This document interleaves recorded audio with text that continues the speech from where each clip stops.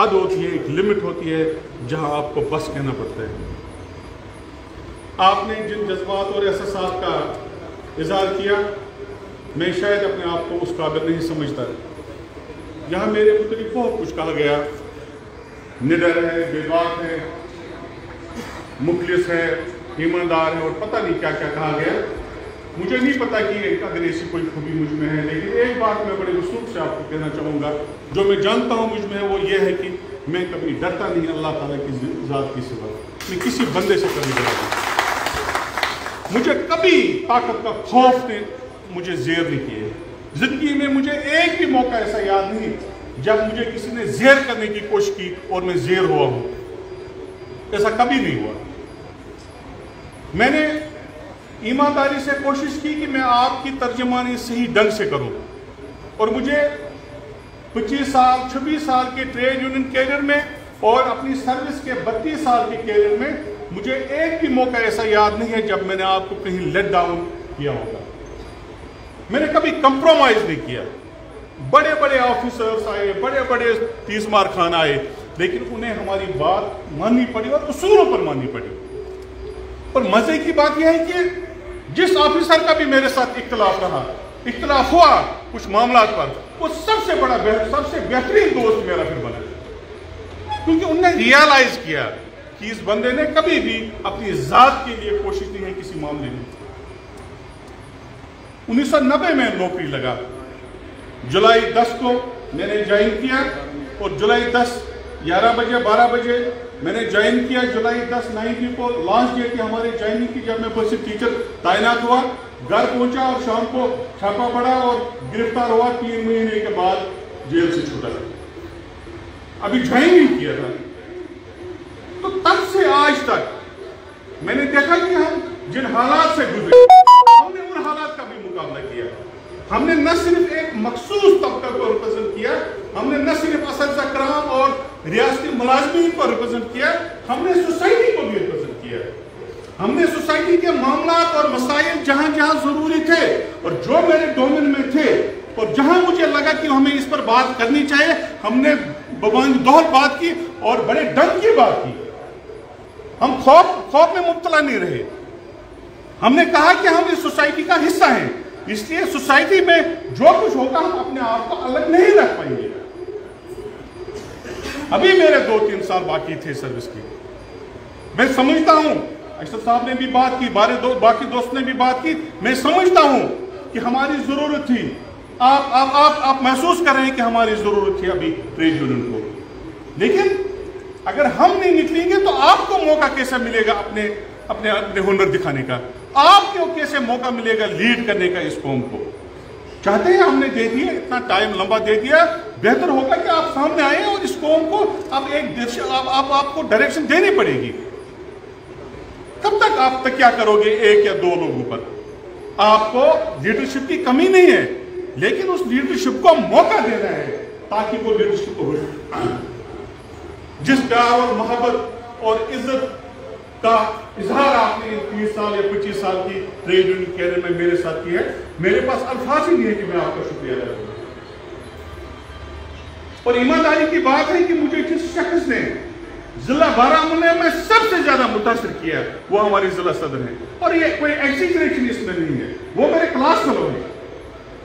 جاوید صاحب، اشفاق صاحب میرے کلاس فیلو ہیں، لیکن میں نے کئی بار ان کو ٹوکا ہے، میں اس حدث کہس کرا بوس میں حدث کہس کرا، آپ تو میری کلاس فیلو ہیں، ہم کلاس فیلو ہیں، لیکن اس نے کہا نحس شکر امیر مجھے اطاعت کرنی چاہیے۔ اور اس بندے نے کبھی بھی جو کچھ میں نے کہا، بے شک میں نے تنظیم کی بقا کے لیے کہا، بے شک میں نے اساتذہ کرام اور ملازمین کی بہتری کے لیے بات کی، لیکن اس شخص نے نہ کبھی نہیں کیا۔ اور جہاں جہاں مجھے ضرورت پڑی سپہ سالار کی طرح کھڑا تھا، اور اس کے ساتھ ہی جتنے بھی لوگ ہیں، جتنے بھی میرے ساتھ بیٹھے ہیں، ان کا ساتھ رہا۔ اب ایک ایک کا نام نہیں لے پاؤں گا شاید، اس کے لیے معذرت۔ زون بارہمولہ نے مجھے اپنے ہوم زون سے زیادہ پیار اور محبت کی۔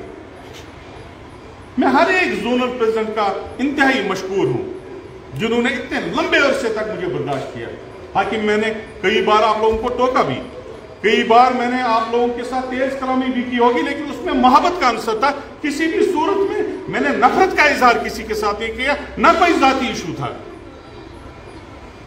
جب ایجاد کی بات دوڑ ہم نے سنبھالی تو آپ بخوبی اس بات سے واقف ہیں کہ کن حالات سے ہم گزر رہے تھے۔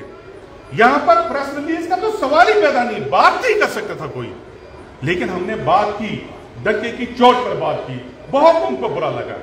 اس کے لیے بڑی ایکسپلینیشن بھی مجھے نکلی اور بڑے بڑے ایوانوں سے نکلے، لیکن میں نے اپنے باڈی کے ساتھ کبھی اپنے لوگوں کے ساتھ کبھی شیئر نہیں کیا کہ کہیں ڈر اور خوف کا یہ شکار نہ ہو جائیں۔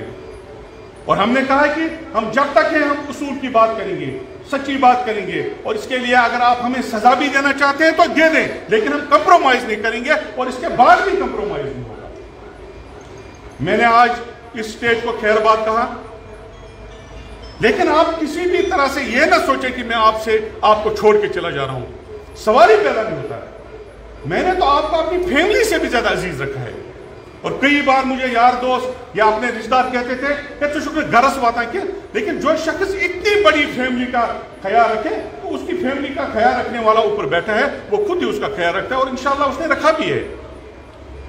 آج تک اگر ہم نے کچھ حاصل کیا، کوئی کامیابی حاصل کی، اس میں آپ کی دعائیں شامل ہیں، آپ لوگوں کا سپورٹ شامل ہے۔ میں جانتا ہوں کہ میرے بڑے عزیز ہیں یہاں پر جو ابھی جذباتی ہو رہے تھے، جذباتی ہونے کی ضرورت نہیں ہے۔ مجھے جتنی طاقت آپ نے ٹریڈ یونین میں دی، مجھے زیادہ طاقت دے دیں، زیادہ مجھے انکریج کریں، میرے صحیح موقف کو سپورٹ کریں، تاکہ میں بہتر طریقے سے آپ کی نمائندگی کر سکوں اور بڑی سٹیج پر نمائندگی کر سکوں۔ تب آپ اپنے خبر، اور مجھے اللہ تعالیٰ گواہ ہے۔ میں نے کل بھی ایک دوست نے مجھے کہا کہ فاطمہ کو غلط، میں نے کہا مجھے کون سا 5 سٹار کلچر ہے، میں کون 5 سٹار ہوٹلوں پر بیٹھنے والا بندہ ہوں جو وہاں اب مجھے تنخواہ نہیں ملے گی تو میں 5 سٹار ہوٹل پر جا نہیں پاؤں گا۔ میں پٹری پر بیٹھنے والا بندہ ہوں، آپ کے ساتھ پٹری پر چائے پینے والا بندہ ہوں، سڑک کے کنارے بیٹھ کر نیچے بیٹھ کر آپ کے ساتھ چائے پینے والا بندہ ہوں۔ میرے سٹیٹس میں کون سا فرق آنے والا ہے کہ جو میری تنخواہ نہیں ملے گی مجھے تو میں غریب ہو جاؤں گا اور مجھے کھانے کو کچھ نہیں ملے گا۔ اور میں نے ایک بات دیکھی، اگر آپ کسی مشن میں سنسیئر ہیں، اگر آپ واقعی چاہتے ہیں، خلوص نیت سے آپ کچھ کرنا چاہتے ہیں، تو اللہ تعالیٰ کی مدد بے شک آپ کے ساتھ رہے گی۔ اس کا میرے پاس ثبوت ہے، ایسے میریکل ہوئے ہیں کہ جن کا میں تصور بھی نہیں کر پاتا تھا۔ امپلائی جوائنٹ ایکشن کمیٹی کا جب الیکشن ہونا تھا تو میں تو اس نیت سے جوائن کیا تھا کہ کہیں وہاں پر 2 یا 3 لوگ تھے، ہمیں انہیں کو پریزیڈنٹ بنانا تھا، لیکن آخری تاریخ جس دن تھی، کچھ 7 نومبر مجھے یاد ہے، 7 نومبر 2020، انہوں نے جب ہم وہاں پر چلے گئے، انہوں نے کہا کہ فرسٹ فارم آپ کا بنیں گے۔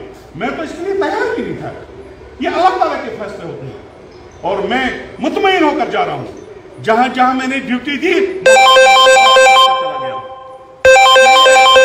وہاں رہے ہیں، ان سٹوڈنٹس سے پوچھے، اور کئی سٹوڈنٹس یہاں بیٹھے ہیں جو آج اساتذہ کرام آپ کے سامنے، آپ ان سے پوچھیں، ہم نے اس کے ساتھ کمپرومائز نہیں کیا۔ پھر جب آپ کو ریپرزنٹ کرنے کا وقت آیا تو ہم نے بڑی ایمانداری سے آپ کو ریپرزنٹ کی ہے۔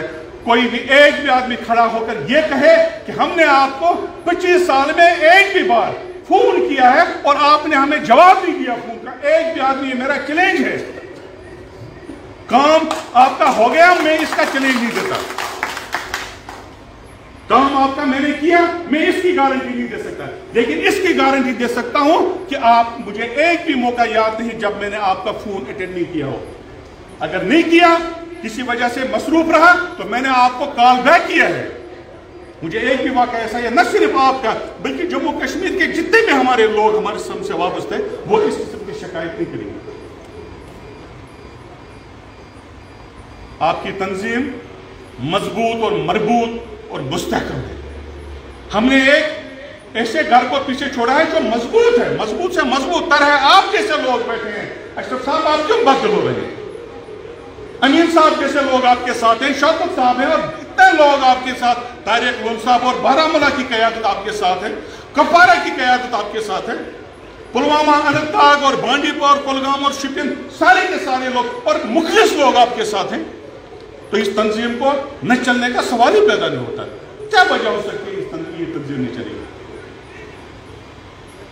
میں جب اس سٹیج کو چھوڑ کر چلا جا رہا ہوں، میں بہتر سمجھتا ہوں کہ اب وقت آیا ہے جب ہم بجائے اس کے کہ ہم کمروں میں بیٹھ کر، دکانوں پر بیٹھ کر، سڑکوں اور گاڑیوں میں بیٹھ کر قوم پر جو کچھ ہو رہا ہے اس کا رونا روئے، بہتر یہ ہوگا کہ اپنے آپ کو سامنے کر کر ہم کہیں، بات کریں اور زوردار طریقے سے بات کریں۔ اب وقت نہیں رہا کہ ہم کمرے میں بیٹھ کر تنقید کریں گے، اب وقت نہیں رہا ہم کمرے میں بیٹھ کر چار دوستوں کے ساتھ مل کر چائے پائے پی کر اور ان کے ساتھ گپ شپ لگا کر حالات کا رونا روئیں۔ حالات کا رونا کب تک آپ روئیں گے حالات پر؟ حالات کو بدلنے کے لیے آپ کو سامنے آنا ہوگا۔